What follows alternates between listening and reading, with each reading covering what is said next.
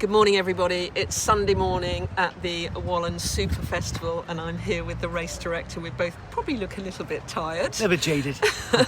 Brendan, you've had to make a hard decision this morning, haven't you? Yeah, it's always hard because you want to race. You want to race. You want to make it happen. And you want all those smiley faces making the most of their weekend in the English Riviera. But, if I'm honest, I was umming and ahhing and left it as long as possible. But then as soon as you see that thunder and lightning, it's black and white, then it keeps it simple, and that's the end of that. So yeah, that's coming in now, 12 o'clock. And because of where we are, we have to have the race between 11 and sort of 2. So it's taken out of my hands, really, which is a real shame, especially because we left everything last night to do it today. It is what it is. You know, it is what it is. British coastline.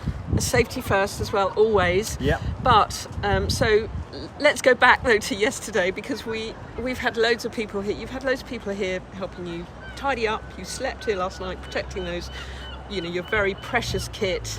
But yesterday was just a joy. I have to say, people might have thought, oh, we want to be on the ocean and everything. But again, it wasn't, we weren't able to be on the ocean. So you had to bring it here, but what a second venue. When we looked around in the afternoon and there were crowds along the sides watching, crowds cheering on the SUP Polo. They didn't know what it was, but they loved it.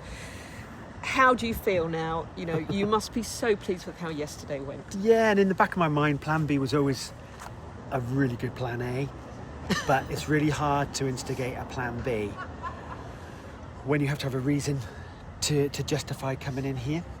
But I always knew once we were in here, those racers who perhaps wouldn't book onto the event if this was a plan A, loved it. Yes. And I stood and did a count. We had over 1,500 people in the 100 metres here and 100 metres here. Wow. Just me kind of going another 100, working it. Where else would you get 1,500 people watching a SUP event? And they were loving it. And the comments, just so interactive. And because there's so much, you're watching sprints, but then they love the technical because of the jeopardy. The jeopardy, turns. Yes. And they love all that goes on with the SUP Polo because it's so interactive and so much fun to watch. Yeah. And a lot of people watching would have learnt a lot. We were asked, I know what that inflatable is, but what is that person is on? Yeah. Like, it's a 14-foot carbon raceboard. So loads of people here would have learnt a lot, which bodes well for next year. Which bodes well for people when they see SUP racing, they'll then go, that's that thing, that is SUP racing, and support it and want to come and see it. Whereas a lot of people yesterday came for the first time. It was advertised across locally and obviously nationally on the BBC and stuff, which is great, but they actually came inquisitive. Now they know, and I love that. Yeah. And people learning that it's a sport. I've been really banging on about this recently. It's become my latest bugbear. It's a sport. It's not just there are many people who buy their upgraded Lilo. They mess about on the beach. They don't know about winds and tides and everything. They don't even realise it's a sport. Yeah. And what I think is really important now is to get across that this is a sport, and you need a certain level of knowledge, you need a certain level of fitness, and then you need the safety kit. We're very good at explaining to people buoyancy aid phone, but they need educating, and if people realise it's a sport, then maybe they will realise that they need to take a little bit more care. Thought into it, for sure. And what a sports pitch you had here yesterday. Yeah, it is. We had the sprints, and what a great place for sprints. My goodness, 100 metres straight down the line. It's a bit of a call, but trying that sailing start, I think, is a fun way of sprints, because it's a little bit of thought and practice. It's like a rolling start. Start is a great way of doing it. Yeah. And good if there's wind in either direction, actually, as well. That helps with that. Yeah, and you had very favourable conditions here. We had loads of people on the side cheering and wondering what was going on. The kids, the juniors, were brilliant. Those three kids, I think, wasn't it? But they entered every single thing that they could. Yeah. And they had different placings, so they all got different medals. The young man who's on the inflatable went off at half-time to have his hair cut, came back faster. That's what every won racer the next race. needs to do. Yeah, go and have a haircut halfway through the day. He was brilliant. Yeah. Shout outs to anybody in particular? I mean, we've had some, you've had some great help, haven't you? Practical help. I mean, shout out obviously, of course, to Tory Council and English Riviera Bid, plus our many sponsors, WOLLENS being the headline sponsor. But also the team that I need to put together for the Worlds is massive. Sort of, 10 head figures and hundreds of volunteers underneath. Yeah. So this is really starting to get that ball rolling, and the team is phenomenal. And my main team is phenomenal. They know what they're doing and can be properly left to just do it. And that takes years to kind of build up too. So and we're in a good place. And obviously Paddle UK, with their involvement in what they're doing and instigating and supporting to make this World Cup next year. Yeah, because you can't do it without them, can you? And they were here in force yesterday. They had a great spot on the front on that lovely new promenade. Yeah. And they had lots of people interacting, didn't they? And having a great time.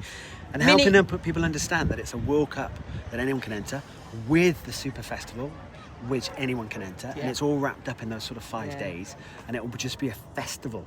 So people saying that actually they've got their businesses paying for 2 days volunteering days are coming for the week, or people just taking a week off to come and make the most of the Riviera, all that it has to offer.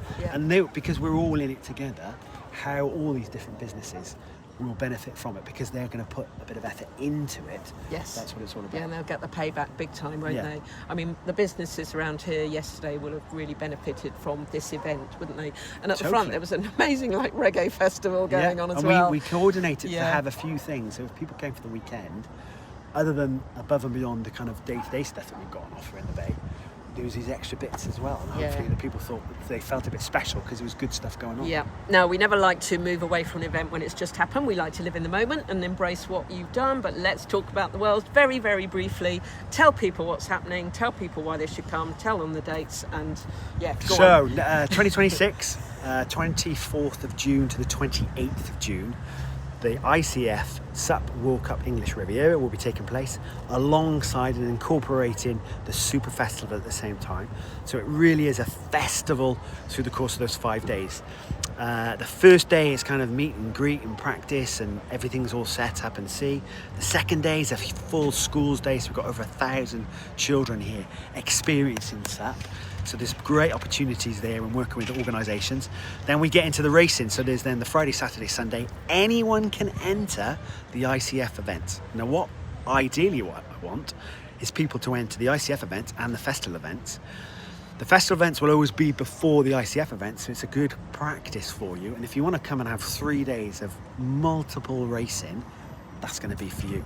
And it's going to be big. The plan here, the events that are going on here, we'll have a big screen and some stadium seating, so you can see what's going on over there and be part of it.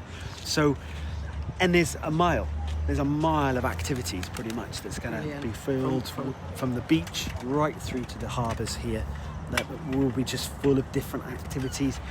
SUP being the prominent stuff, but related to water sports in many ways. And the coast, and celebrating the coastal community that we have here is a big part of that. Amazing. And if you love SUP racing and you have your favourites, when I first started, I had the people around the world that I looked up to, and when I met those people, I was in seventh heaven.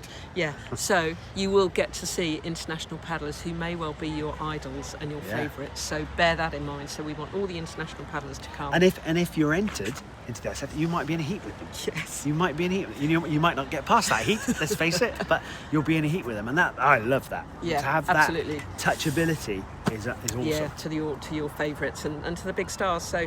Brendan, thank you for this weekend. It's been amazing. Disappointing about today, but everybody's really good about it. They just go, of course, safety first. It has to be. But you've worked incredibly hard. You've slept here overnight. I think a couple of nights. You've slept in a puddle of water last night. Bad planning. I say, hey, it's all part of it. It's all part of the fun. All part of being a race director. So we've loved being a part of it, as usual. And we can't wait for next year. And before that, we've got SUP 12. So happy days. Torbay.